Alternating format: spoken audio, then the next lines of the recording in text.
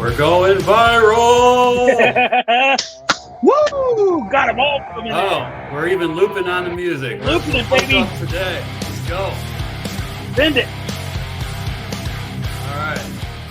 So what we're talking about is that last we checked, we had 426 views on the last episode on our YouTube channel. So this may not seem like a lot to most people, but it is 10 times the amount that we usually get. So we'll chalk that up as a win. Let us enjoy our little success. Let us bask in the glory that is the minor success. So on that note, if you are one of the new ones from last week, it should go without saying, thanks for coming back a second week.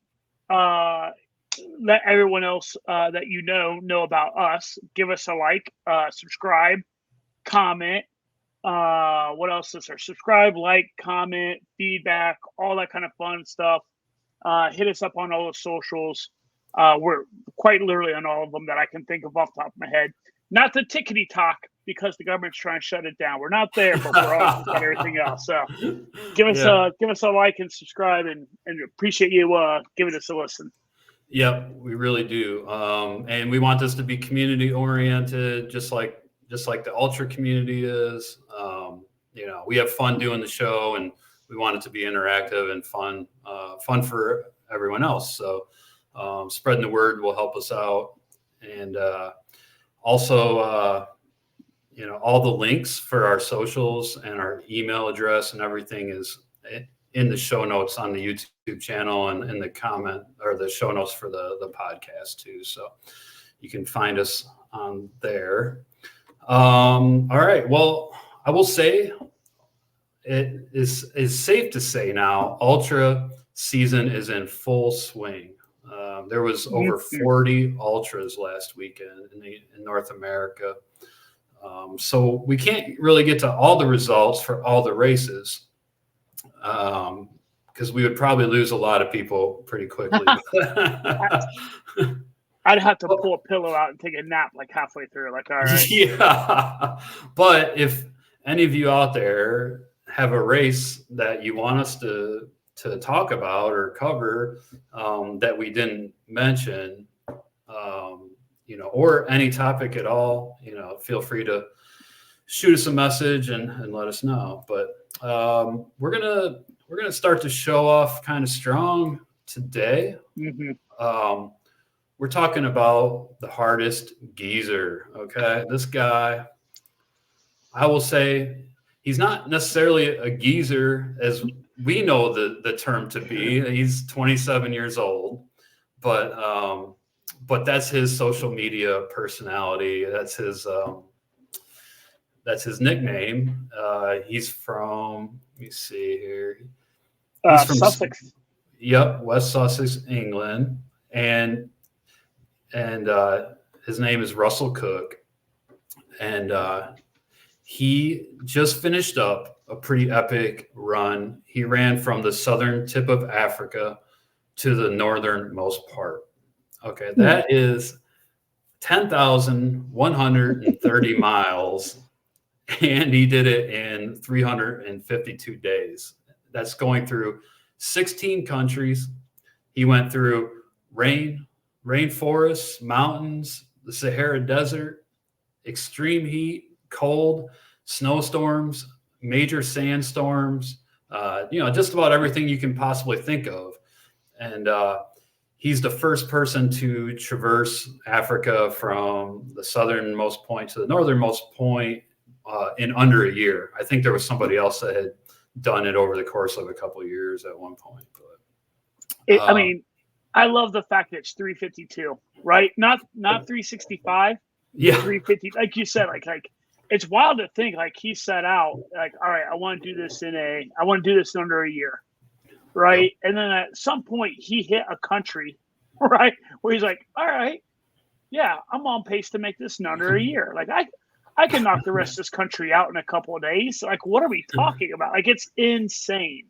to think about. Like, it's hard to fathom. Just even if you were to do this in a perfect weather, perfect weather on like a perfectly paved or flat gravel road or something, like if everything was perfect, this run would still be hard as hell just because of the length of it. But it wasn't easy for him. And, he probably could have finished a lot quicker if he didn't have all these setbacks. But we're going to go through some of these setbacks because it is. It's nuts. It's not like, even if you only know about Africa because of like the news, or if you're only hearing about it by proxy, like he ran. This is the other thing that's wild, is when you look at the map that he did, right? Like he went from the south, and then like there's a whole bump out on the west side of Africa. He stuck along the coast. It's not like he went straight. Like he didn't do a true like south to north. He kind of went south to north, west for quite a while, and then made a big bubble back and around. Like I mean, who knows how many days he added on going west and making that round, did the whole Horn, you know what I mean? Like not the Horn, but the whole west part of Africa.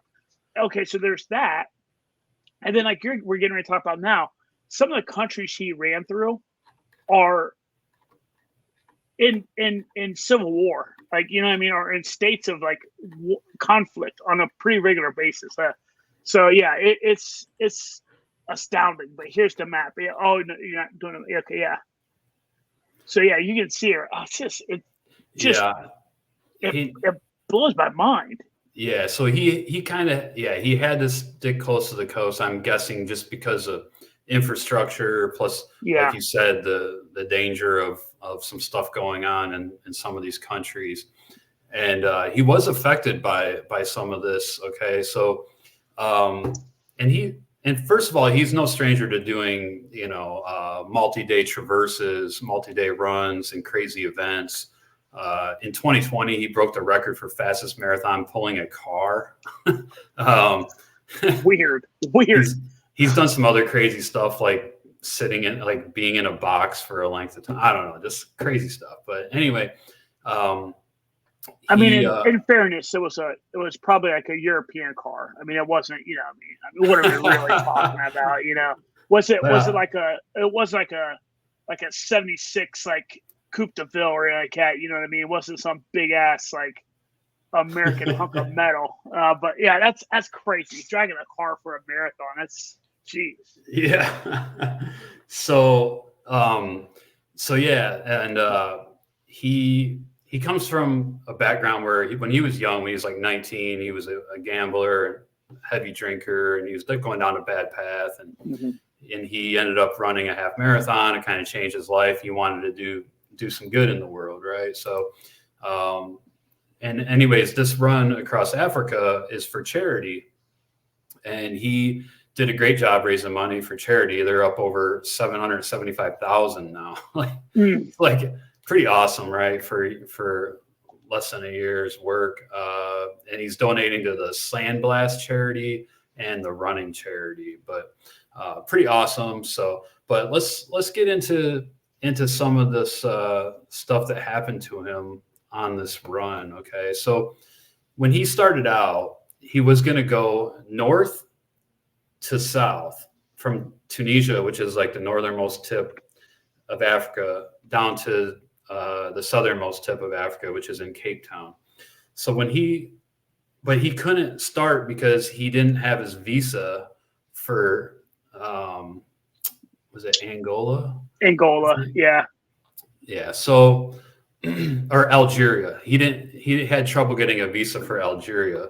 So he ended up starting in Cape Town and going north from south to north in hopes that he would get his visa in time by the time he got to Algeria.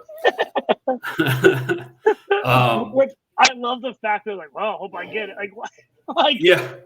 Like you run the, I don't know, 330 days at that point, probably. Like, Yeah. Yeah, I mean, like, to get all the way back up to the top, like, shit, I ain't got my ID. I ain't on my visa still. It's amazing. And there is a pretty good twist on that, or there's a pretty good story about that. We'll get to it when we get there in the timeline. But so starting out, he started having some minor stomach issues. I think he had food poisoning.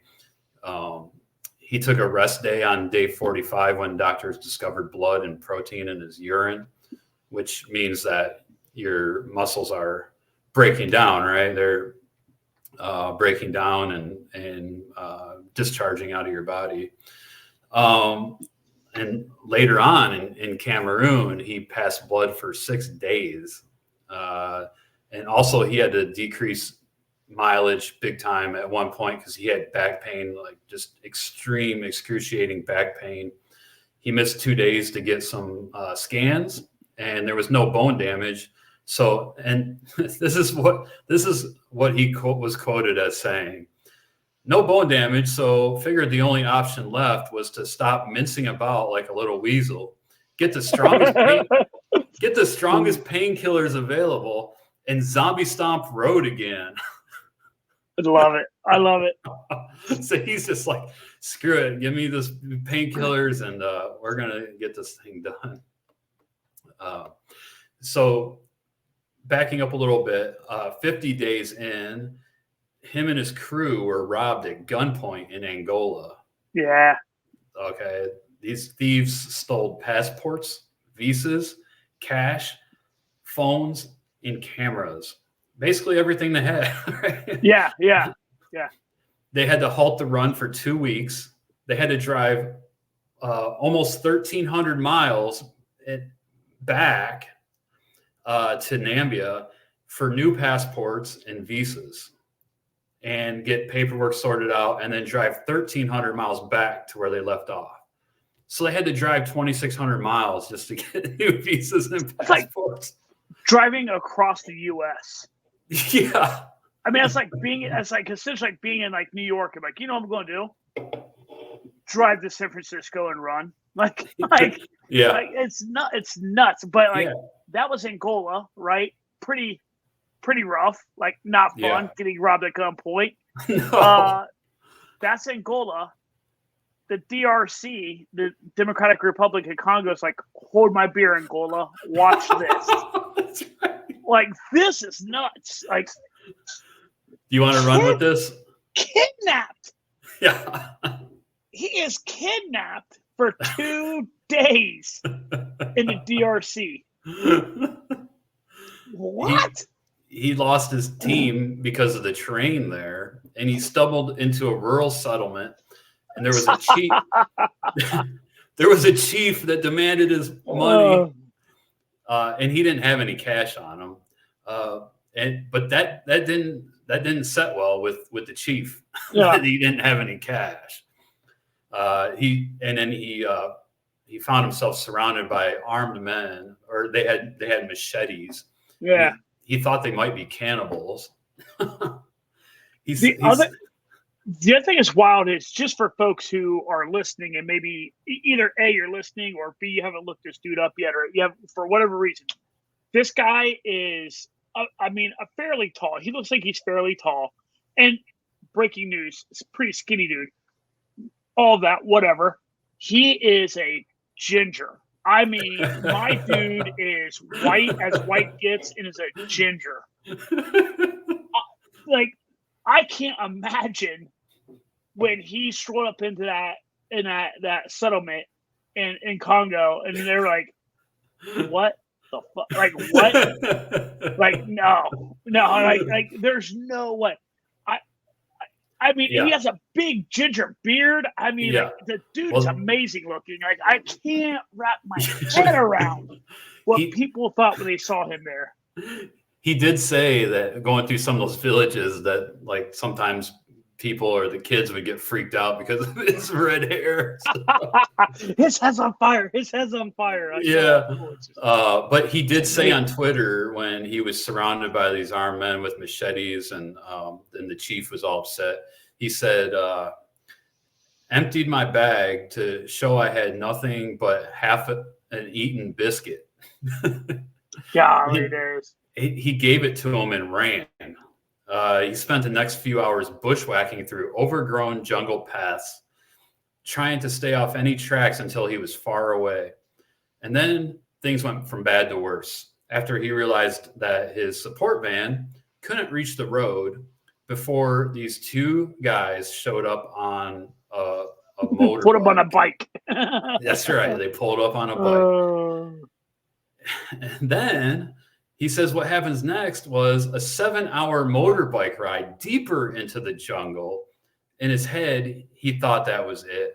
Yeah. He thought the self-proclaimed hardest geezer about to get held in a Congo gulag before being ripped apart limb by limb and eaten. Russell explained that he was later forced into a hut after being driven to a village. And like you said, Johnny, kidnapped for 2 days. And I guess a group of men started to argue about what they should do with him. And eventually, I guess that he managed to negotiate with them, and his team ended up paying a ransom. So, dude, unbelievable. It's nuts. Like here's the he must have had, clearly he has a sat phone on him, right? Like he has to have a satellite phone on him. Something. There's no how in the hell else do you track, how do they track him down, right? Like a 2-hour motorbike into the jungle, that's more likely getting places that the van's not getting. Yeah, it was actually 7-hour motorbike. Yeah, on that, could you that's not. No. There's no way you ride 7 hours on a motorbike and you're not sore as shit and get the hell kicked out of you. You know what I mean? Right. It is amazing. It's just. Yeah.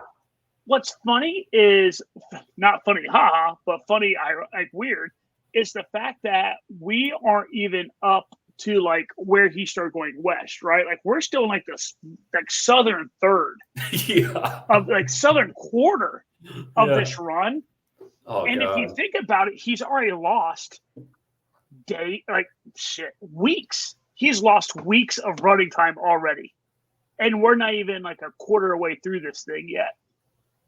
So, yeah. I mean, no kidding, man. He should go back and do it again. I would say, I mean, just being sick, peeing blood, having to drive 2,600 miles out of the way, getting all your stuff robbed at gunpoint, being kidnapped in the Congo. I mean, all this stuff. And like you said, he's not even halfway. Or he's about halfway through. But anyway, so let's fast forward a little bit to day 278. So he gets, let's back up a little bit. I don't have notes on this, but I did see in some of the articles, because I read a lot of articles about this, and some of the articles had said that the sandstorms were just insane. He got some lab goggles and all this crazy stuff. There's a sandstorm. There's an Instagram post of that. Did you see his Instagram post of his goggles? Is it on his Instagram feed? It is. Yeah. I went down. Yeah. If we keep scrolling through there, it's on here somewhere. Oh, there's the map. There's the map. Picture of the map. Right here. Right. Go. Pop out of this one, and look right there. Yeah, he had two different pair of goggles. I think this is his first one or his second one, maybe 337. That's day 337. So dude. I mean, at that point, he's way up. He's on the. You know, what I mean, he's in the Sahara. Yeah. He's in the Sahara Desert. Just nuts. So this Instagram video that we're looking at right now, it looks like something out of Mad Max. 100%. He's wearing goggles. He's got his long red hair, long red beard, and it's blowing in the wind. It's nothing but sand around him, and clouded out skies. And you know what? It's really striking to me. He's running. Yeah. Like he's running, right? Like day 337 of like I think he's still moving on a pretty good clip. He's pretty psyched, man. Like, you know, he's like 2 weeks from finishing this at that point. Crazy. Yeah, pretty cool. Okay. So he gets to Algeria, right? Day 278. And guess what? Still no passport, or still no visa to get into Algeria. And it was a 4-day stalemate. He made one last attempt on social media. I think he put out a video or a plea for help or something. And that social media post got 11 million views. And dang. Yeah. It even gained the attention of Elon Musk. And the UK embassy in Algeria, the Algerian embassy for the UK, they offered him a courtesy visa on the spot. So his social media post paid off. After his 4-day stalemate, he was clear to finish out the run, go through Algeria, and end up in Tunisia. And there's all kinds of videos online of him finishing up the run. There's actually quite a few people that came out to run the last like 30 miles with him. If we want to see what the end of the race looks like, click out of this one and go to his most recent, like the one where he's saluting. Yeah. Toggle. One more. Hell yeah. Okay. Hell yeah. So he did have a after party organized. Okay. Yeah. And he finished up, and he says from day one, the one thing all he could think about was this large strawberry daiquiri. Well, this picture we're looking at, if you're listening to on the podcast, he's phenomenal. You can tell he probably hasn't even showered yet. He's just like got this this giant daiquiri, and his girlfriend sitting. I'm guessing it's his girlfriend. He said he was Yeah.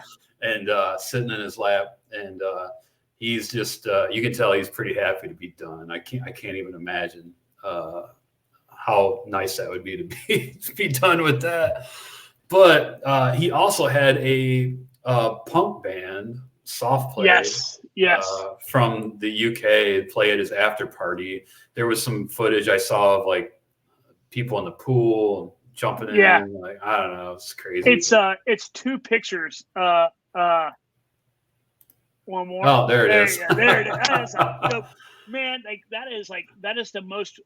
I've never been to West Essex, UK, but knowing what I do know, and knowing that the punk scene there, that's the picture right there. Like, that is awesome. Yeah, it looks like a fun after party. Well deserved, hardest geezer. Well deserved. So cool. So yeah, that was a fun story, and I had maybe seen something about it once, but I forgot about it. And then you sent me that. You sent me something on social media, and then I just did a hard deep dive over the weekend, and he was finishing on Sunday, so that was when I was reading all these articles about it, and very cool. Like, I'm definitely curious to see what all these parts of Africa look like, but at the same time, like, I don't think I would want to put myself in all those predicaments, Yeah. But kudos to him for sticking with it and raising all that money for charity, and I mean, it's just really cool. So we can see what all those parts of Africa look like by just going back on his Instagram page and just scrolling through. That's how we can see what all those parts look like. Like, his Instagram is just phenomenal. Instagram is just scroll down a little bit more, Jamie. Okay. Wait till you scroll down a little bit more. Look at that picture. When we just went by, scroll up. The far left. The far dude, that is a million-mile stare right there. Day one. Dude, like, that already looks like someone's like, oh, what am I getting ready to do? What am I getting ready to do? Like, that is just. Look how short his hair is too. This is day one. Yeah. So look how short his hair there is their thing. That's day 18. That's his solo all-nighter in the day. Oh, he did have to run. He did say he ran through the night I think it's through the Sahara Desert when he did through the night. This is day 294. They're dumping a bunch of energy drinks into his mouth. Oh shoot, I accidentally went forward too much. There you go. There's day 60. His hair's starting to grow. And then day 108, he's 108, looking miserable. Says one of the most emotionally challenging periods of the project. Day 142, regaining optimism. And day 186, this is now a way of life. 236 is amazing. 236, body physically deteriorating. He just looks like he went rounds with Mike Tyson or something. Just he looks like a wolf chewed him up and shit him up. Like he looks gnarly. That's a really good way to put it. Gnarly boy.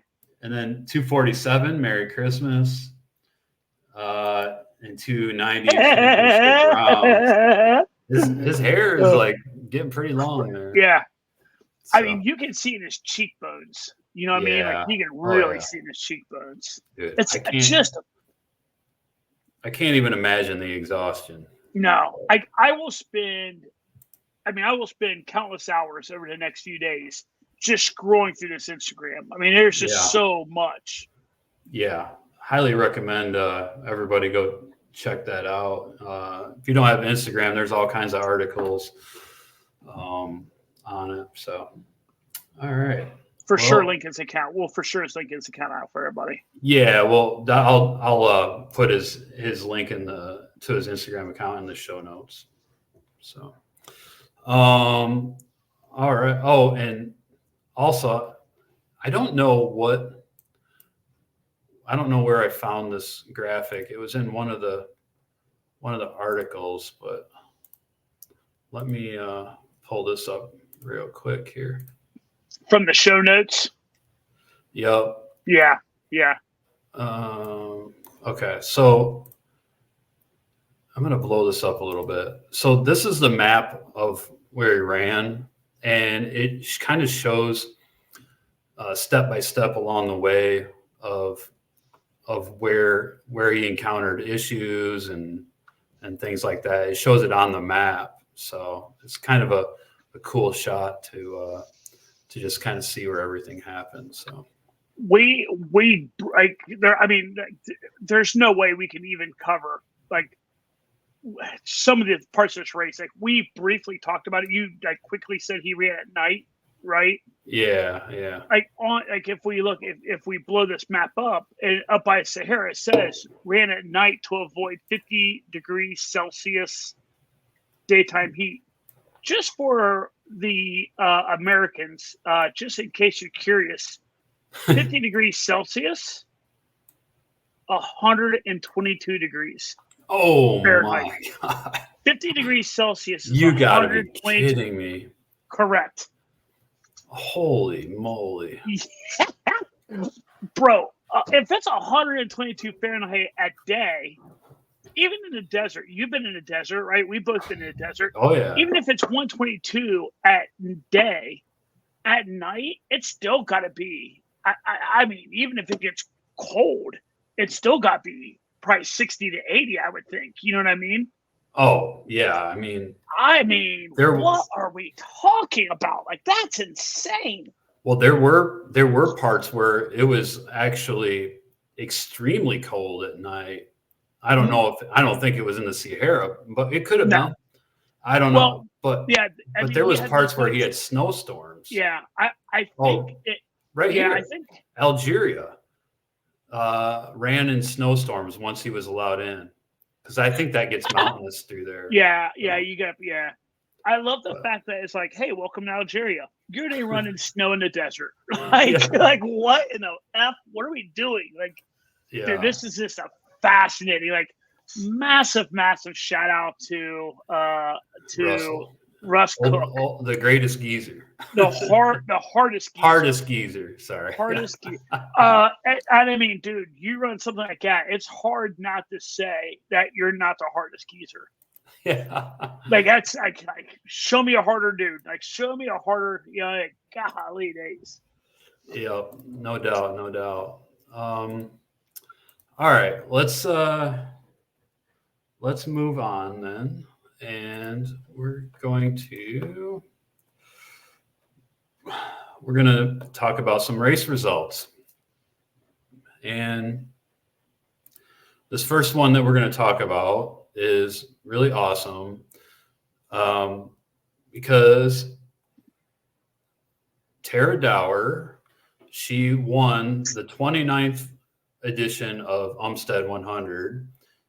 She won it outright in 14 hours and 58 minutes. She's the second female in race history to crack the 15-hour mark. Tara is a tough chick. I mean, she's the one that, when we did the Keep Trail Running Weird Awards, when we talked about Ultra Sign-Ups Keep Trail Running Weird Awards, she, in one of her races, fell into a cactus. Yeah. That just looked brutal, but no, like, super awesome. She won it outright.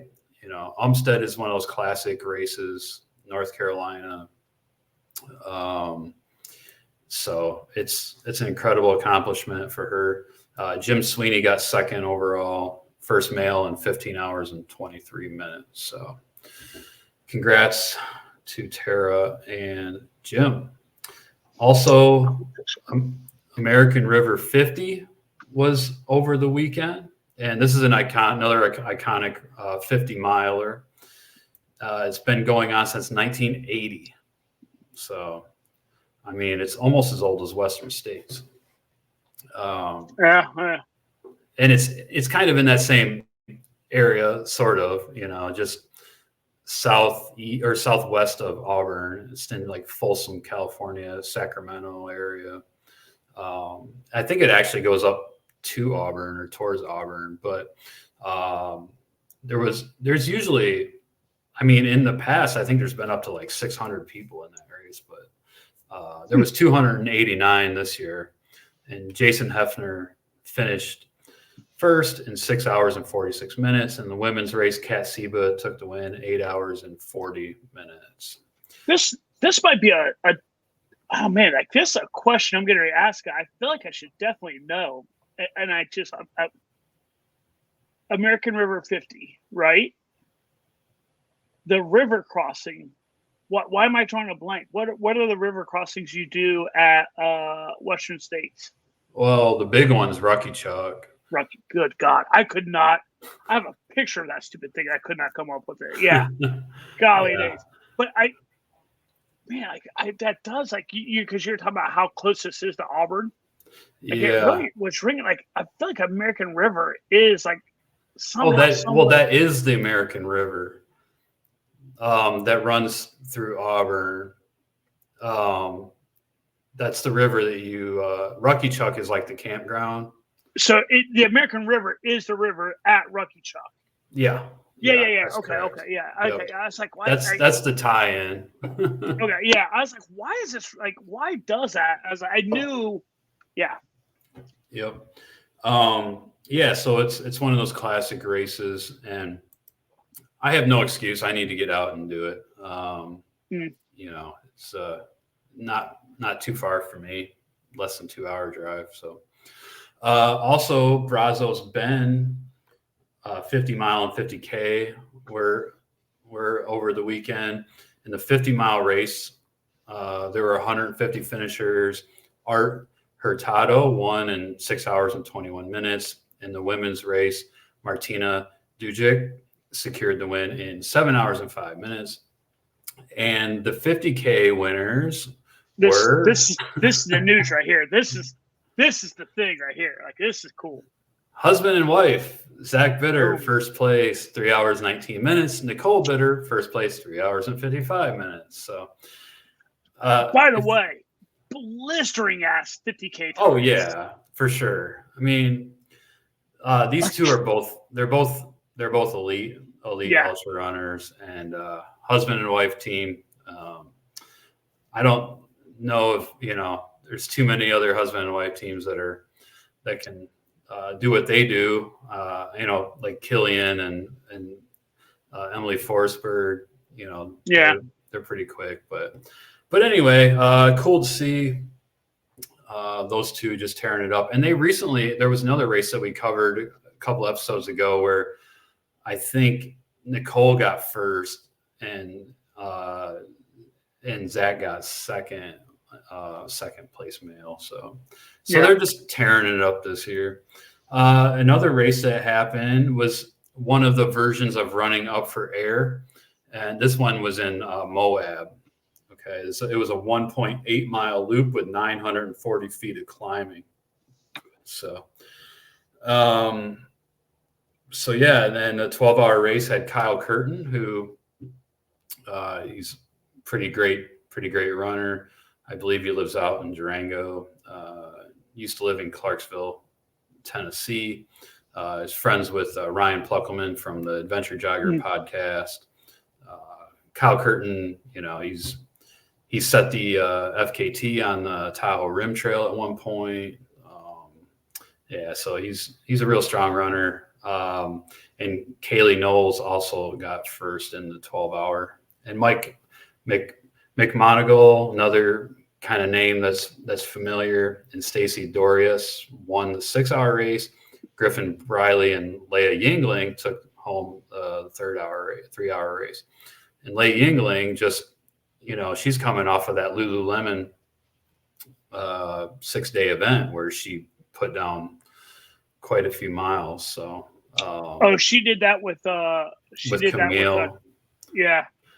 Camille, and there was, I think, like 10 ladies that did that event. You should go back and watch the episode when you were in the basement from the tornado, because I covered it. So that looked like a really cool event. Watching that's really cool. Yeah, it was pretty neat to see everything that went down there. Also, Bull Run, which is a classic East Coast race in Clifton, Virginia. It's a 50-miler, 30th edition of Bull Run. 200 runners started. The race recognizes the Civil War battles that happened in the area, and less than 2 minutes separated Brandon Fogarty and Linford Fritz at the finish. But Fogarty won in time of 7 hours and 30 minutes. And by the way, this is one of the ways that that ultra season is in full swing. There's been 2 races today, East Coasters, right? Like you've had, that the weather's getting nice when you can start getting the runs in on the east. You had Umstead and Bull Run. So it's a beautiful thing. You're not freezing to death. Races east of the Mississippi and north of Florida are starting to happen. And then for the women's race in Bull Run was also close. Nora Jadri won in 8 hours and 12 minutes, and she edged out Steph Hill by 4 minutes. So, all right. And last race we want to talk about is this race that I had never heard of, but our friend of the pod, Charlotte, better known as Costume Chick, she reached out on Instagram to let us know about that race. And she did. So it's a country mile. It's a 48-hour race. It takes place around a 4.167 mile loop on a farm. I think there's 75 feet of gain per lap. So relatively flat on like dirt path. And it's basically how many loops you can do in 48 hours. And they do have huge dinner plate size buckles for anybody that reaches 100. And Costume Chick dressed up like like a piece of corn for for the country mile. You know, another great costume. And handmade. Yeah. Handmade. Oh, costume. Every costume she does is handmade. Yeah. It's quite impressive. And also, I got to share this. She sent us a picture. Yeah, of the buckle well, she sent us a picture of her and AF marathoner. Oh yeah. Eric Brumbelow, who likes to take pictures of himself in porta potties. calls it Brumbelowing. There's a picture of Charlotte and Eric Brumbelowing in a porta john. Yeah. So pretty cool. It is super cool. Friends of the pod. It is funny because she sent the one picture of the buckle, or like yeah, it's absolutely freaking huge. It's there it is. Let me zoom in. It's maybe there it is. Yeah, that thing is massive. It might be the second biggest like award that I know about. Like that one's really big. And there's a 50 miler. There's a 50 miler in Michigan. Oh, that North Country. Yes. They give out effing saws. Yeah. I mean, they're like, for those of you listening, you can't see how big they're big. I mean, they're big. Yeah. John Flores went up and did that race. Right. And, right. He admitted, he wanted to go do it because it's a 50 miler, but also like that's a really dope ass finishing, award. But this is like gotta be one of the biggest ones I've seen. That thing is huge. It is. I want to see someone wear that. If it's, I want to see that buckle on somebody. Yeah, that would be awesome. You strolling into a meeting or something like. Oh, that would be amazing. Isn't Yeti? Don't they have a big buckle too? Yeti's got big. I feel like Yeti's got an okay size one, but also I feel like, it's been a while since Ronnie has one, and it's been a while since I've seen him wear it. Doesn't Grindstone have a pretty notoriously big one? Maybe. I know Burning River's buckle is huge. Pretty good size. I have one. It's like well, they give it to you on a lanyard, don't they? Yeah. Like it's not even like a buckle, but I mean it's a buckle, but it's like given to you on a lanyard because it's so. It's not what I'm wearing. I mean, I do wear some of my buckles, but not that one. It's just too big, but it's cool anyway. Yeah, if I rock a buckle, I got to keep it old school, and I just go with my Mo. I take it back to like day one, and I rock the Mo one. Mohican has like the coolest buckle ever. It's so detailed. It's so well done. Like all the little stuff that's in it. It's so intricate. I love that buckle. It's one of my favorites.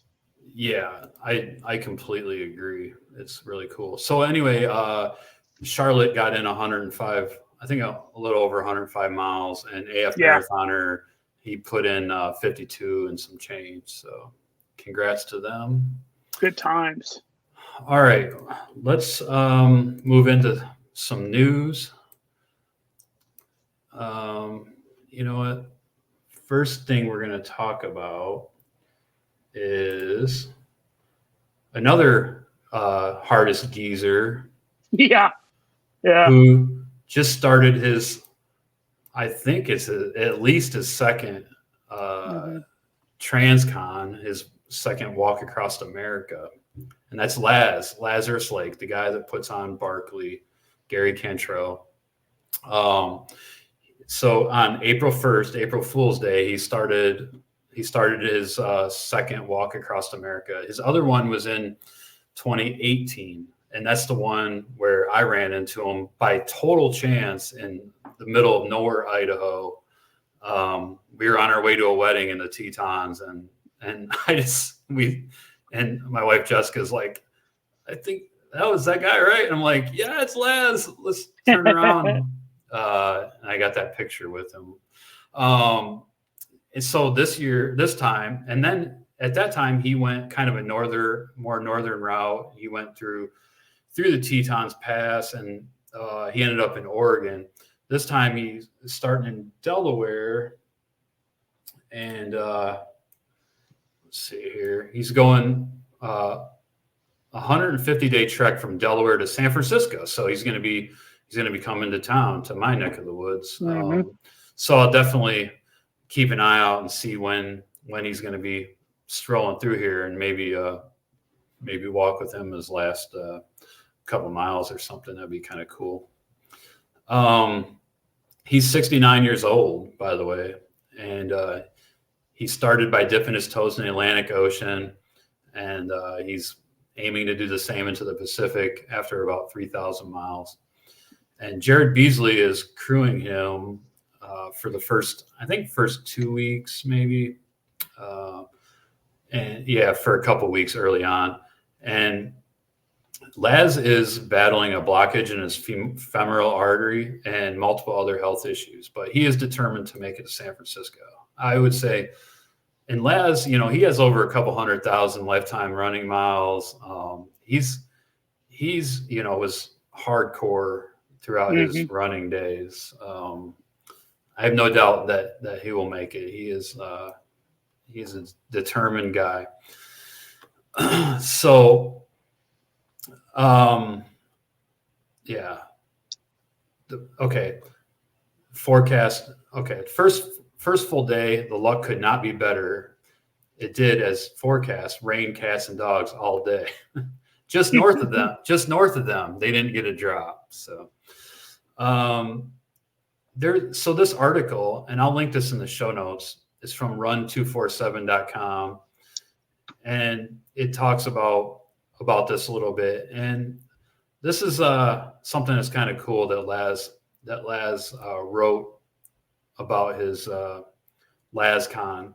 He says, "Half a year in another world, the real world, no Trumpers, no wokers, just people, helpful, friendly, encouraging, supportive people. We will walk together and talk together and sometimes sit and eat together. And afterwards, someone will tell me, I'm really glad we got to meet those folks. From everything I've heard, they're some kind of monsters, but they're good people. They're just good people. Yes, just like you and me." So that's what's cool about Laz. Like, he's just like, he's this very level-headed guy, even though he's kind of out there, but he's really a mastermind, like the races he's created. And we've talked about that at length in our other episodes. So yeah, check out his route and see if maybe he'll be coming through your area. He always likes company.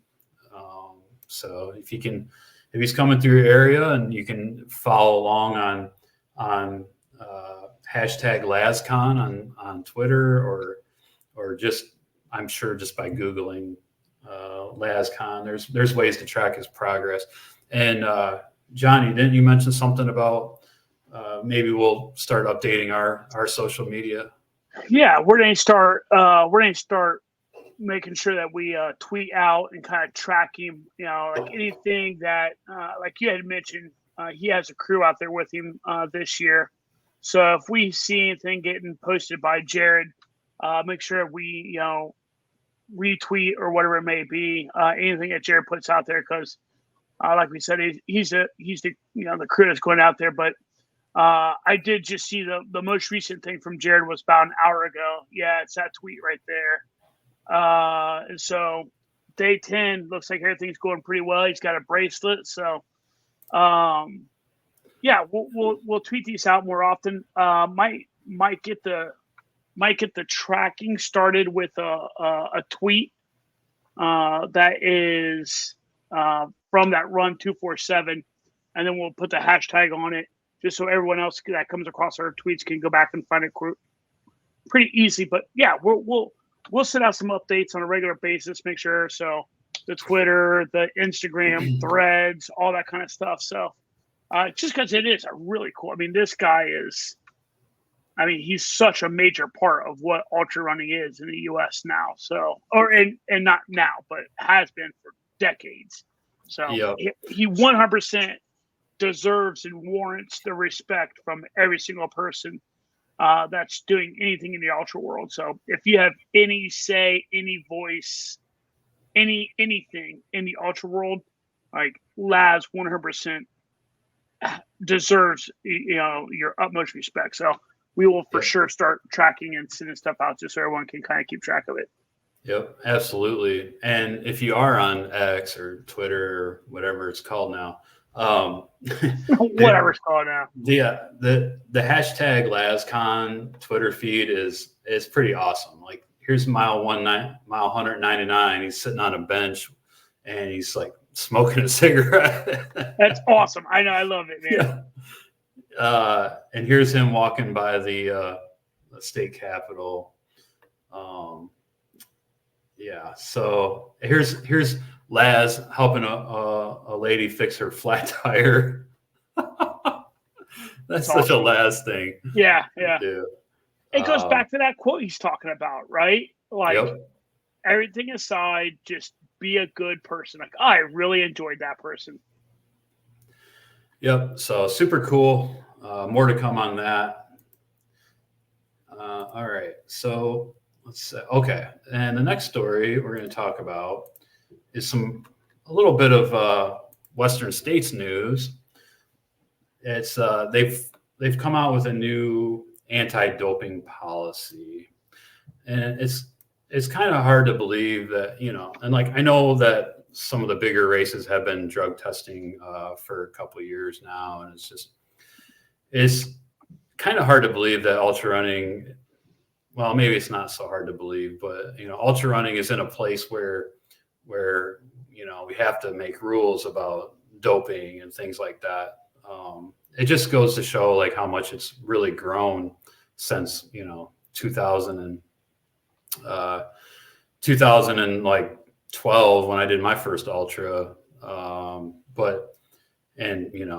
People that were doing ultras in the late 70s, early 80s, this is probably completely foreign to them, but yeah, so there is a new anti-doping policy, and it's part of their commitment to clean sport. They've partnered with the USADA, that's the United States Anti-Doping Agency, to provide anti-doping services at the Western States 100. And that includes sample collection and analysis services, results management, adjudication, and sanctions management. So the entry rules are any athlete that's been found to have committed a doping offense at any competition or out of competition by World Athletics, World Anti-Doping Agency, WADA, U.S. Anti-Doping Agency, that's the USADA, or any national sports federation shall be ineligible to enter the run during the period of their ineligibility from competition. And any athlete who has been subject to ban from competition of 3 months or more by one of the above mentioned federations or agencies shall be ineligible to enter the run unless otherwise agreed to by Western States endurance runs. Western States reserves the right to select any entrant for testing. The goal is going to be to test athletes, the elite athletes, men and women's field, including top age group competitors. Anyone selected for testing will be subject to post-race urine and or blood testing and may be subject to additional follow-up testing for up to 90 days. USADA responsible for collection. So there's a whole list of prohibited substances. It's the WADA prohibited list. So if you are elite and you're going to be running in Western States, or, just to be safe, anybody that's running in Western States should probably go here and check out the WADA list and make sure you don't have any medications on it or anything like that, because you can get a therapeutic use exemption if one of your medications is on there.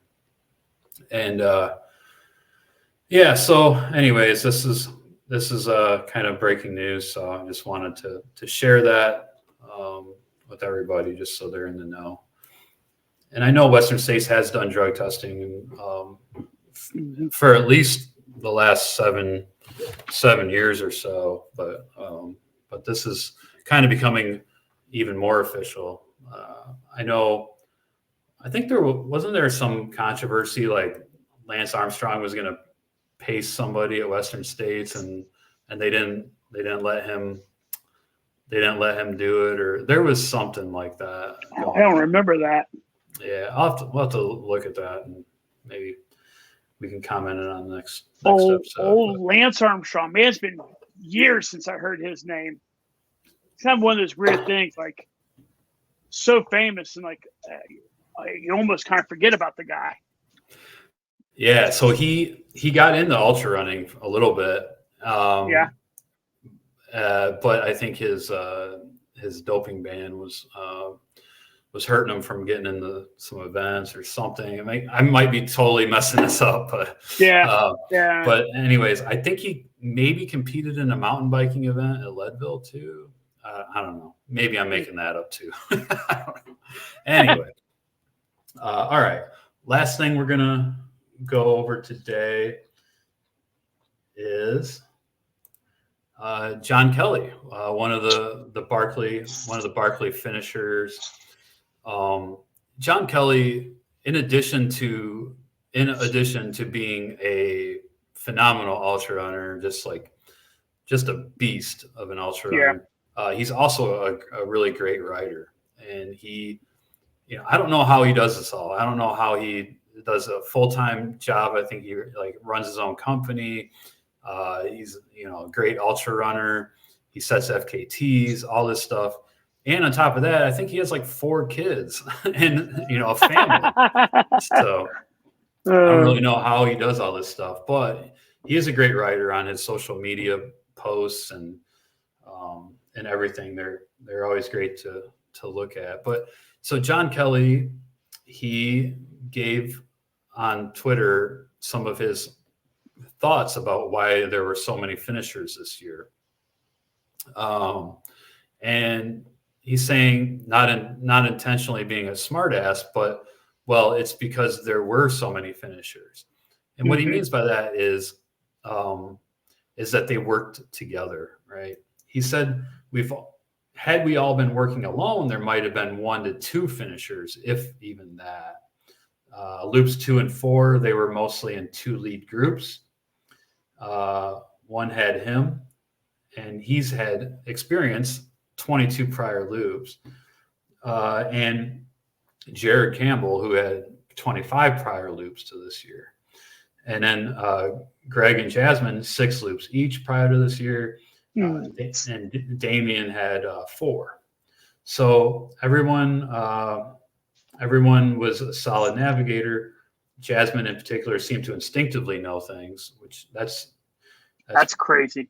That's pretty interesting because you can tell she was time-wise, she never should have made it, but but she instinctively knew where to go, even though she was completely out of it.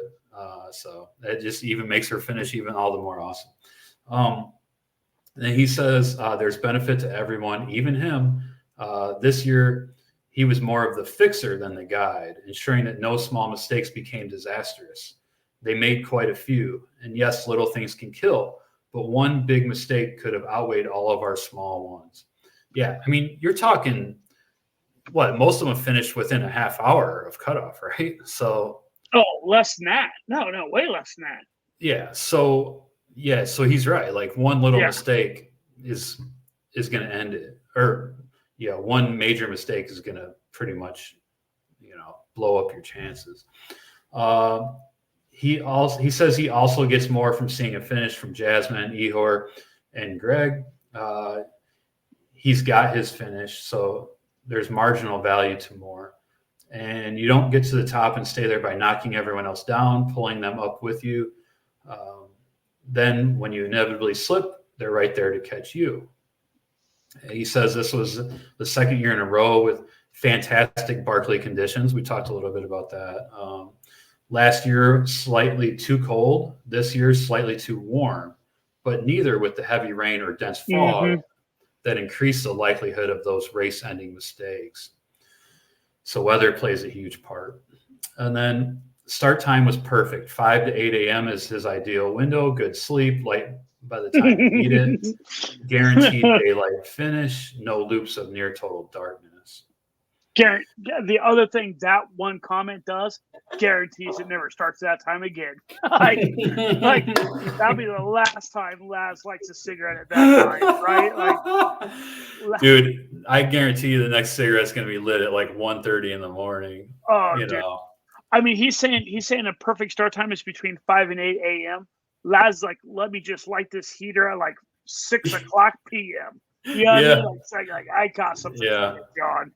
Like that's get that conch shell at 11:15 p.m. Yeah. Yeah. So I'll make sure I mention that to Laz when I see him in San Francisco. Like, hey, John said the start time was pretty ideal. Yeah. Yeah. Okay. So he goes on to say course changes were significant but difficult to quantify. Removed one of his least favorite sections, replaced it with his new least favorites: briars, blowdowns, cliffs, no clear path, an absolute mess. I wonder if that has to be that rusty spoon. Yeah. There was 2 books added, even if no new distance. That adds 10 minutes because of 2 new books. Is 5 finishers too many? Will the course get much harder next year? He doesn't think so. Everything perfectly aligned this year, and none of the finishes were by a huge margin. Next year, probably worse start time. There it is. Worse weather, and not as many strong veterans up front. Yeah.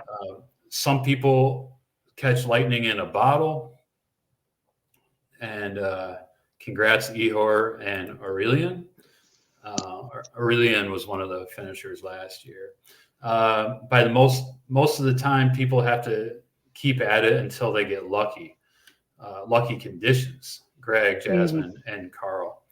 There were 0 finishers 2018 to 2022. He says the harder he works, the luckier he gets. So that's an old saying right there too, right? Like there's an old saying that is like very like I can't think of what it is, but there's an old school saying that goes right hand in hand with that. I'll have to try to look it up and see if I can come up with what it is. Yeah, and then the last thing he says is the goal 1% of attempts finish, 1% of participants, i.e. Jared, I don't count this year, or 1% of qualified applicants could finish. He really doesn't know. Seems if 1% can finish, that 1% is selected and everyone finishes. That's actually the right difficulty.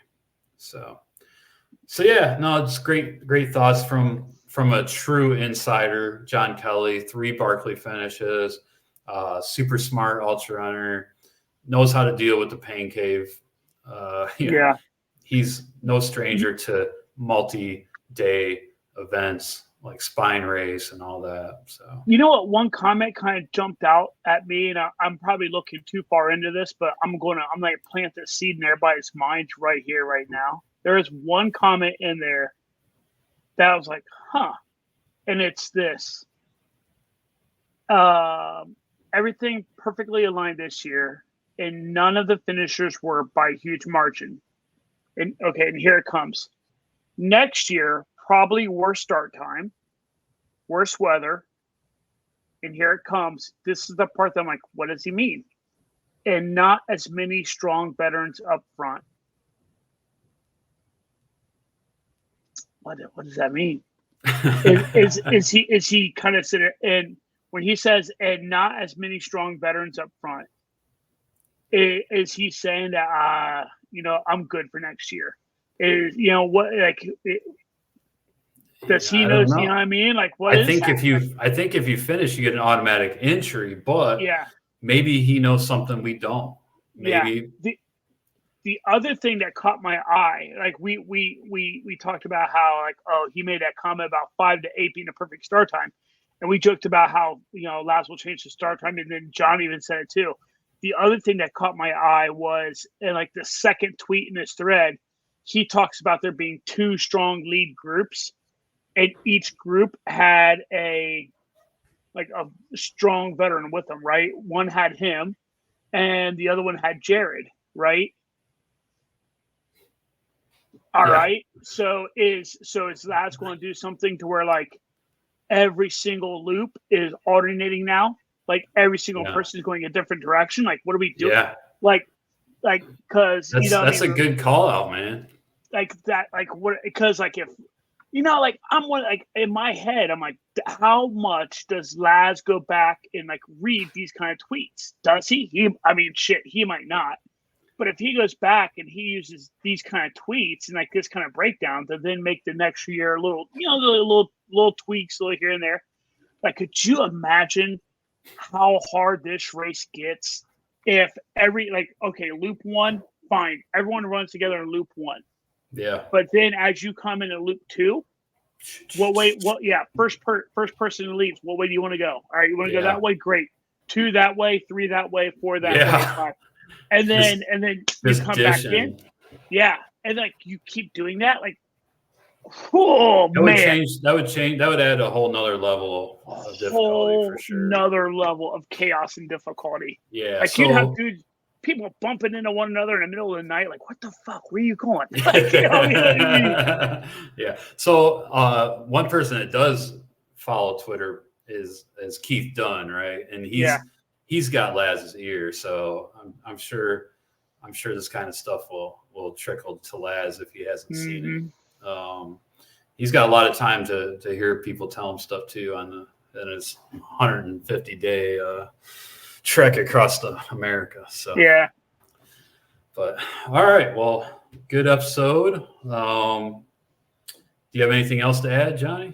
I don't. Like I said at the beginning of the episode, I appreciate all the new listeners, and if you've stuck with us through the whole episode, you're still listening. I will reiterate: let other folks know about us. Give us a like, give us a follow, subscribe, comment, rate us, all that kind of fun stuff. But most importantly, enjoy it. Have a conversation with us in the comments. For the people who do reach out to us, like they can attest to it. We try to be interactive as much as possible. Try to have this be a fun community-based thing. So I love everything that's going on so far, and I'm looking forward to keeping the ball rolling.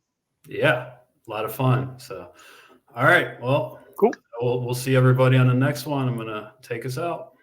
Have a good one.